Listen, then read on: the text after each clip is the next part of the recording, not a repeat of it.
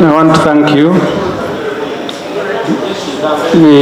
Raising a point of procedure, I told you he is our neighbor in my village.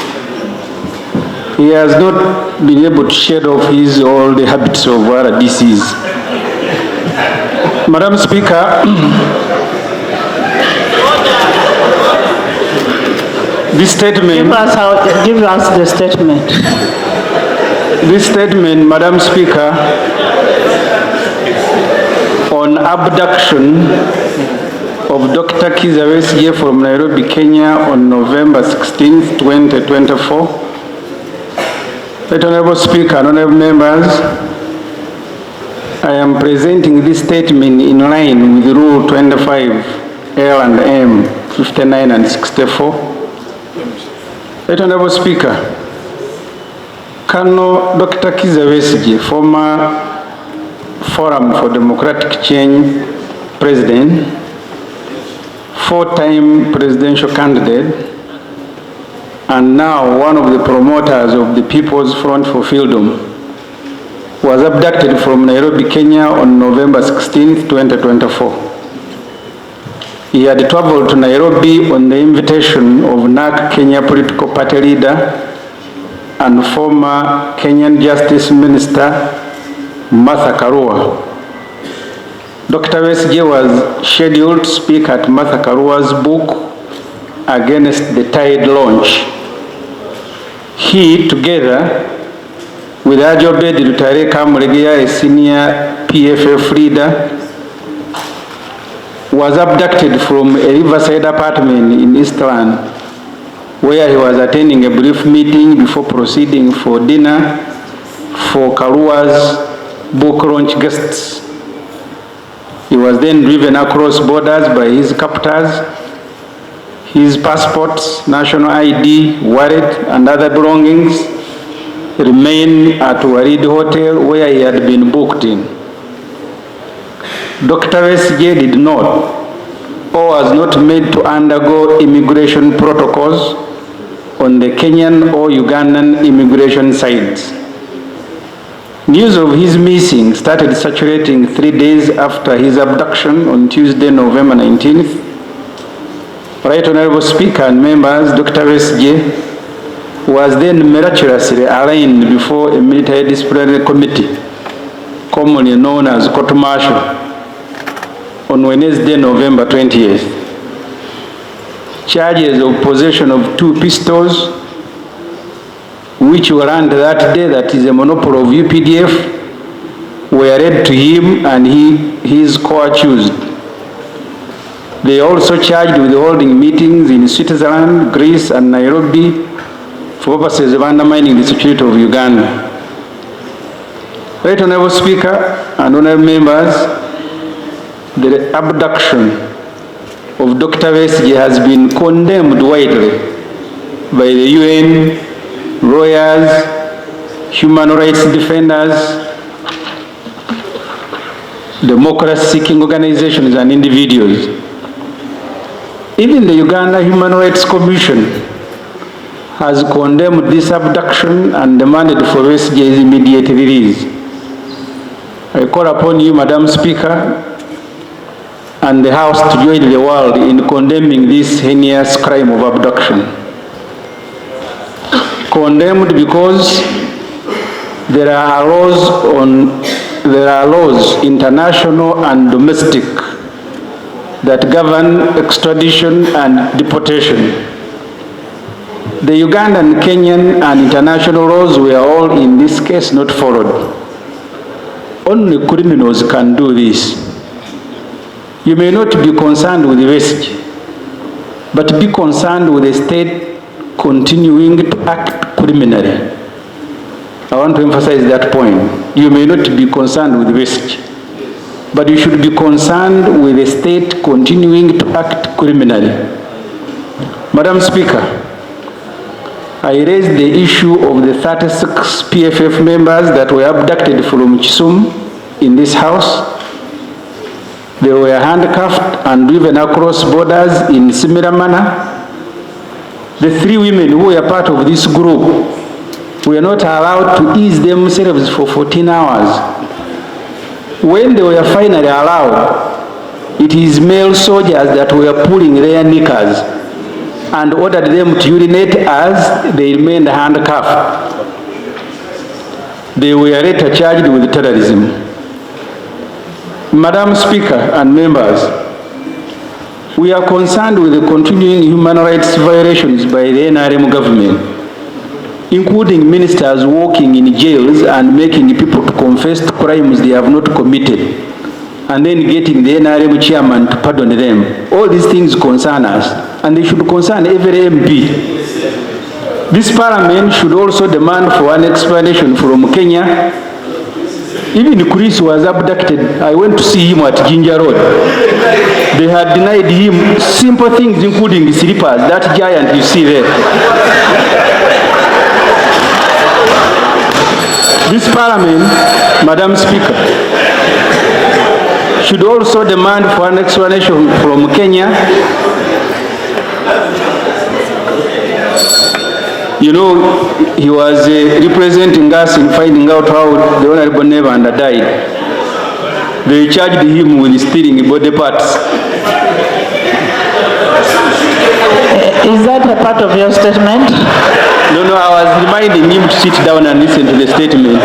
Maybe you wanted to compliment. I am sorry, Madam Speaker.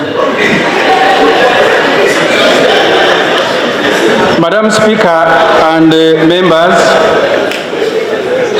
we are concerned with the continuing human rights violations by the NRM government. This must stop. We demand for an explanation from government, Madam Speaker. This parliament should also demand for an explanation from Kenya, whether it still subscribes to the East African Community Brotherhood. The ministers of internal affairs, who heads immigration, foreign affairs, and defense, Madam Speaker, must be made to explain to this parliament this incident and to the country.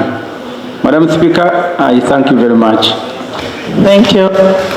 I am alive to the fact that the issue substantially raised by before a court established through an act of parliament, the UPDF Act. What I can confirm on behalf of government is what is already in the public domain. That Colonel retired Dr. Kiza Besigye was arrested, produced in court, charged, and remanded to Luzira prisons, and he will be availed back to court on the 2nd of December 2024.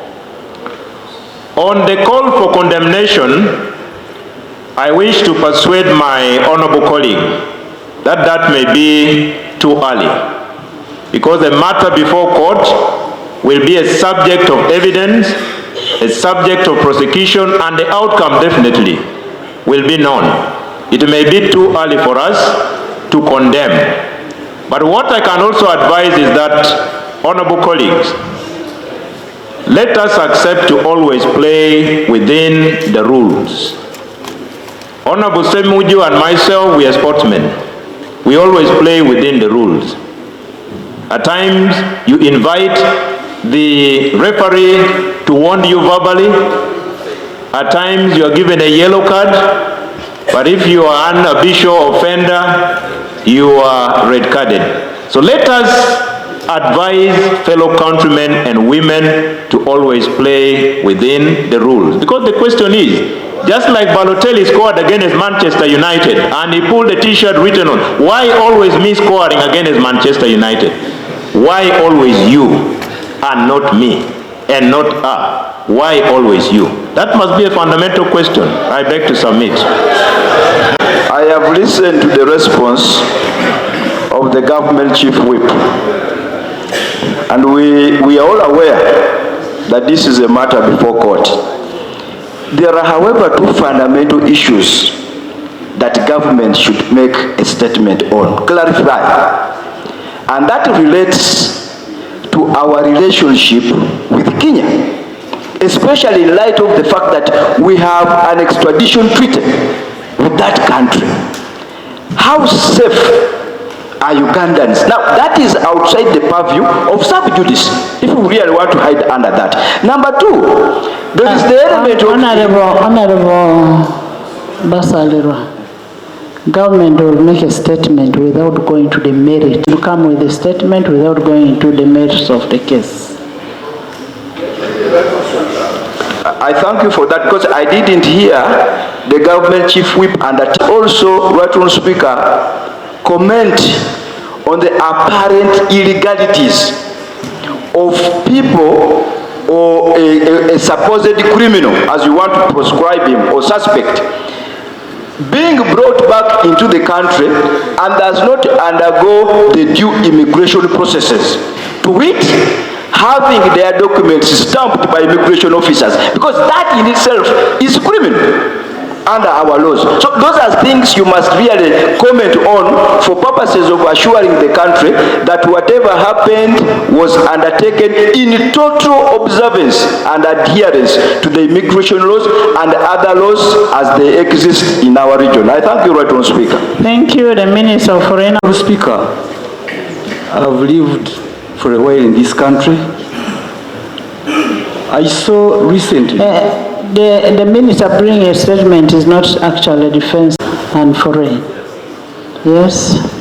Not so long ago, Right Honourable Speaker, we had a case of one Jamil Mukuru who was arrested in Tanzania for terrorism, and the due process was followed for him to be brought back to face trial in the country. Right Honourable Speaker, just not so long ago, we had a big problem in this country with our neighbors Rwanda, where the top police officers were arrested and court-martialed for allegedly participating in the abduction of Rwandans who were in Uganda. Right Honourable Speaker, that should form the framework for today's discussion. Right Honourable Speaker, how have we degenerated to that as a country? I don't know what is happening to those manning the security of this country. Why is the things that we thought would not happen, we are now forming the headlines on BBC, on international media? Search, Yes, yes. Search. The ruling on that, we wait for the report and then we discuss the report. Most obliged, Right Honourable Speaker.